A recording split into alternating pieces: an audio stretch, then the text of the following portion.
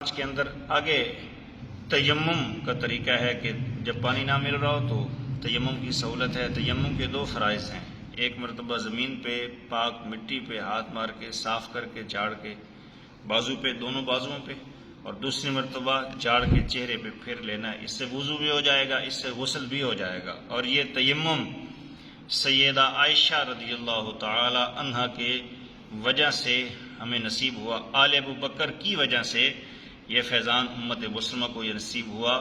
یہ سہولت آل ابو بکر صدیق رضی اللہ تعالیٰ عنہ کی وجہ سے ہمیں ملی ہے، اور تیمم قیامت تک جناب صدیق اکبر رضی اللہ تعالیٰ عنہ کے خاندان کی عظمت کو اجاگر کرتا رہے گا۔ اس سے آگے حضور نبی کریم علیہ السلام کی شفاعت ہے، سفارش ہے، وَلَوْ أَنَّهُمْ إِذْ ظَلَمُوا أَنفُسَهُمْ جَاءُوكَ۔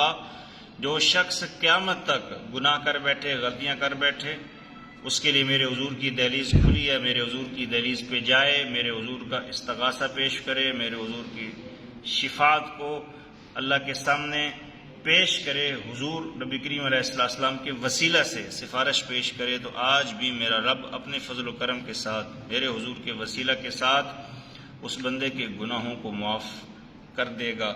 اللہ تعالیٰ مجھے اور آپ سب کو ایمان کی حالت میں، ایمان کی ذائقے کے اندر حضور کی دہلیز کی حاضری نصیب فرمائے۔ اس سے آگے فلا وربک لا یؤمنون، جو شخص حضور کے حکم کو نہیں مانتا، اس کا ایمان کے ساتھ، اسلام کے ساتھ، اللہ کی اطاعت کے ساتھ، حضور کی غلامی کے ساتھ کوئی تعلق نہیں ہے۔ اس سے آگے سب سے بہترین دوست، سب سے بہترین سنگی وہ ہیں جو ہم سورۃ فاتحہ کے اندر طلب کرتے ہیں، اہدنا الصراط المستقیم صراط الذین انعمت علیہم۔ وہ کون ہیں؟ نبی ہیں، صدیقین ہیں، شہداء ہیں اور صالحین ہیں۔ اللہ تعالیٰ مجھے اور آپ سب کو قیامت والے دن ان چاروں عظیم الشان ہستیوں کا ساتھ نصیب فرمائے۔ اس سے آگے جہاد کی تلقین ہے۔ جب علاقے کے اندر غرباء پہ، فقراء پہ، کمزوروں پہ ظلم ڈھایا جا رہا ہو تو ان کو بچانے کے لیے جہاد کرنا چاہیے۔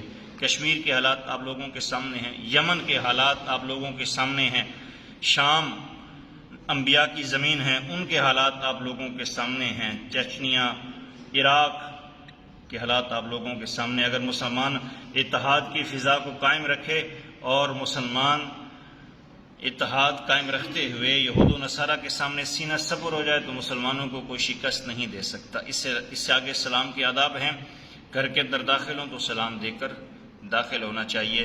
اس سے آگے 5ویں پارے کے خلاصہ کے اندر ایک شخص میرے حضور نبی کریم علیہ السلام کی بارگاہ اقدس کے اندر آیا، کہنے لگا یا رسول اللہ صلی اللہ علیہ وآلہ وسلم، میں بوڑھا ہو چکا ہوں، میں اللہ پہ ایمان لاتا ہوں، آپ پہ ایمان لاتا ہوں، اور میں پنجگانہ نماز بھی پڑھتا ہوں، لیکن میں نے آج تک شرک نہیں کیا۔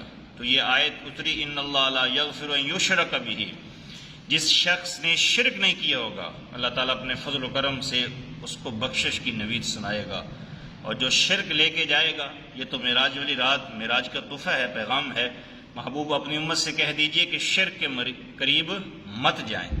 اسی لیے نمبر 5 کے خلاصے کے اندر ہم نے 3 چیزیں سیکھی ہیں کہ مرد عورت پہ حاکم ہے، جو ترجیحات مرد کو ہیں حاصل وہ عورت کو نہیں ہے۔ عورت کبھی بھی مرد کے قائم مقام نہیں آ سکتی، لیکن اپنے خامن کی، شوہر کی خدمت کر کے اللہ کا فیضان حاصل ضرور کر سکتی ہے۔ اس سے آگے حقوق العباد ہیں، حقوق العباد کے بعد حضور نبی کریم علیہ السلام کی شفاعت ہے، حضور نبی کریم علیہ السلام کا فیضان ہے جو قیامت تک جاری رہے گا۔ اللہ تعالیٰ مجھے اور آپ سب کو حضور نبی کریم علیہ السلام کا فیضان عطا فرمائے۔